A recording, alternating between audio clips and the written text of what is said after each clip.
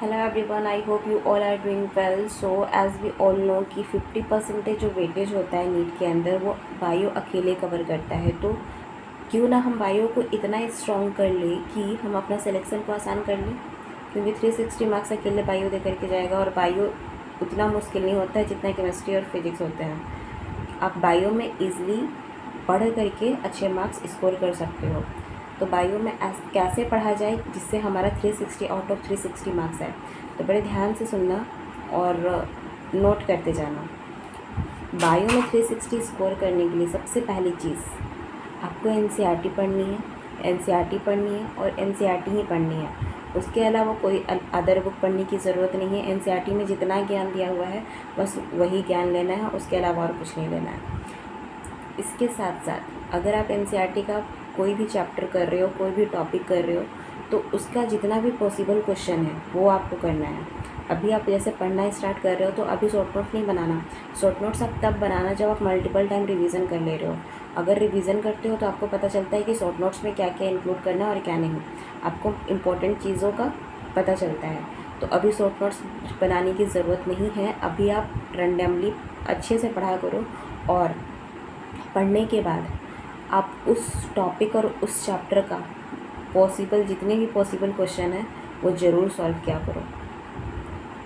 NCERT का जो question solve करने के लिए आई विल सजेस्ट आप कोई सा भी बुक ले सकते हो, उसमें सबका अपना अपना चॉइस है। अरिहंत का भी ले सकते हो, दिशा पब्लिकेशन भी ले सकते हो, एनसीईआरटी फिंगर टिप्स भी ले सकते हो, आप कुछ भी ले सकते हो। मुझे एनसीईआरटी फिंगर टिप्स इसलिए पसंद आती है क्योंकि उसमें टॉपिक वाइज जितने भी पॉसिबल क्वेश्चन हैं वो सारे दे रखे हैं।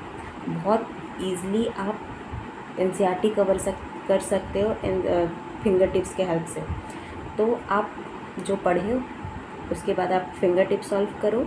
उसके बाद आप न्यू बुक परचेस करोगे पीवाईक्यू के लिए। न्यू बुक परचेस करोगे, ऐसा ना हो कि आप पुराना क्वेश्चन सॉल्व कर रहे हो 1997 से लेकर के, तो उसका कोई मतलब नहीं रह जाता क्योंकि अब वैसा पैटर्न ही नहीं है। अब एआर टाइप वाले क्वेश्चन आते हैं। तो आप मार्केट से जा कर के पीवाईक्यू क्वेश्चन बैंक परचेस कर लोगे, पीवाईक्यू वाले बुक परचेस कर लोगे और उसके अकॉर्डिंग पढ़ोगे। तो सबसे पहले हम लोग को क्या करना है, बुक पढ़ना है, देन पॉसिबल क्वेश्चन लगाने हैं फिंगर टिप्स के हेल्प से, देन पीवाईक्यू वाले क्वेश्चन कर लेना है। आप पीवाईक्यू वाले क्वेश्चन करने के बाद आप एग्जाम्पलर भी लगा सकते हो, उसमें एआर टाइप के क्वेश्चन रहते हैं। इससे जो 12th में है उन लोग का बोर्ड के में भी हेल्प हो जाएगा और नीट वालों का भी हेल्प हो जाएगा। तो आप इस तरीके से करके अपना बायो में मार्क्स बहुत अच्छे से इंक्रीज़ कर सकते हो। और इम्पॉर्टेंट बात, आप जो भी पढ़े, जैसे आज मंडे है तो आप मंडे को जो भी पढ़े, अब जब भी ये वीडियो देख रहे हो डजेंट मैटर, अभी मंडे है तो अगर आप कोई भी चैप्टर पढ़े, मान लो आप लिविंग वर्ल्ड पढ़े हो, तो लिविंग वर्ल्ड पढ़े हो तो इसका मतलब ये नहीं कि आप पढ़ करके उसको रख दो और रिवीजन ना करो, तो बहुत गड़बड़ हो जाएगा। और जब भी आप थोड़ा टाइम बाद पढ़ोगे तो आपको फिर से नया नया लगेगा और फिर से स्टार्ट करना पड़ेगा पढ़ना। तो आप जो भी पढ़ो उसको रिवाइज ज़रूर करो। जैसे कि आज आपने पढ़ा लिविंग वर्ल्ड, आप इस चैप्टर को फिनिश करने में आप जितना भी टाइम लेते हो, मान लो कि आप 4 दिन का टाइम ले रहे हो, 4 दिन बाद ये चैप्टर फिनिश हो गया, देन अगले मंडे को या फिर मान लो 1 सप्ताह लगा रहे हो इस चैप्टर को फिनिश करने के लिए, तो अगले मंडे को आप इस चैप्टर को फिर से रिवीजन करोगे, फिर से याद करोगे मेन चीज़ जो दे रखे थे। सब कुछ अच्छे से रिवीजन करने के बाद आप दूसरा चैप्टर उठाओगे। दूसरा चैप्टर उठाने के बाद उसका रिवीजन भी ऐसे ही करोगे और साथ ही साथ जो फर्स्ट वाला चैप्टर जो आपने पढ़ रखा था उसका भी रिवीजन करोगे। मान लो लिविंग वर्ल्ड के बाद आपने बायोलॉजिकल क्लासिफिकेशन स्टार्ट किया, तो बायोलॉजिकल क्लासिफिकेशन चैप्टर फिनिश हो जाते हैं, उसके बाद हमको फिर से लिविंग वर्ल्ड रिवीजन करना है और साथ ही साथ बायोलॉजिकल क्लासिफिकेशन भी। पर वीक आपका एक एक चैप्टर बढ़ते जाएगा और जो पीछे वाले चैप्टर थे जो आपने पहले पढ़ रखे थे और मल्टीपल टाइम रिवीजन कर रखे हो वो हलवा होते जाएगा, बहुत इजी होते जाएगा। आप देखोगे कि जो चैप्टर को रिवाइज करने में, पढ़ने में 4-4 घंटे लग रहे थे, अब वो 10-10 मिनट में फिनिश हो जा रहे हैं। तो this is the power of revision. आप जितना बार रिवीजन करोगे चीज़ें उतनी ही आसान होती जाएंगी। तो आप रिवीजन ज़रूर किया करना। रिवीजन नहीं करोगे तो फिर कोई फ़ायदा नहीं होने वाला है। रिवीजन के साथ साथ आपको क्वेश्चन प्रैक्टिस करने हैं, क्वेश्चन प्रैक्टिस करना ही करना है, ये मस्ट है। एनसीईआरटी के अलावा कोई भी साइड बुक सॉल्व नहीं करना है, कोई भी साइड बुक से नहीं पढ़ना है, ज़्यादा डीप में किसी भी चीज़ को नहीं पढ़ना है। एनसीईआरटी में जितना दे रखा है उतना पढ़ना है। आप सबसे पहले क्या कर सकते हो, अगर आप खुद से एनसीईआरटी फर्स्ट टाइम पढ़ रहे हो तो चीज़ों को अच्छी से समझ नहीं पाओगे। आप जो भी चैप्टर पढ़ रहे हो, सपोज़ लिविंग वर्ल्ड पढ़ रहे हो तो लिविंग वर्ल्ड का अच्छा सा लेक्चर देख सकते हो, फ्री अवेलेबल है यूट्यूब पे, बहुत सारे टीचर्स के अच्छे अच्छे लेक्चर्स पढ़े हैं। तो आप आराम से जाओ वहाँ देखो, देखने के बाद आप बुक को रीड करो। बुक रीड करोगे तो आपको बहुत सारी चीज़ें समझ में आएगी, और जब वो चीज़ें समझ में आएगी तो आपको पढ़ने में मज़ा आएगा। आप देख पाओगे कि हाँ वो पढ़ाया गया था, और आप ऐसे पढ़ोगे तो बहुत सारी चीज़ें पकड़ नहीं पाओगे। तो एक बार आप लेक्चर देख लो, देन आप इधर एनसीईआरटी पढ़ना शुरू करो।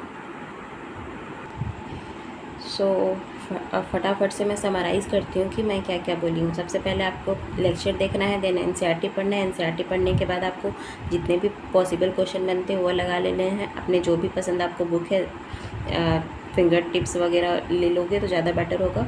उसके बाद आपको PYQ क्वेश्चन लगाने हैं। PYQ क्वेश्चन लगाने के बाद आप एग्जाम्पलर लगा लो, ताकि उसमें AR टाइप वाले क्वेश्चन भी आपसे ईजिली हो जाए, असर्शन रीज़न टाइप वाले क्वेश्चन। तो this is the complete strategy to score 360 out of 360। और साथ ही साथ रिवीजन करनी है। Revision is very essential to score good marks.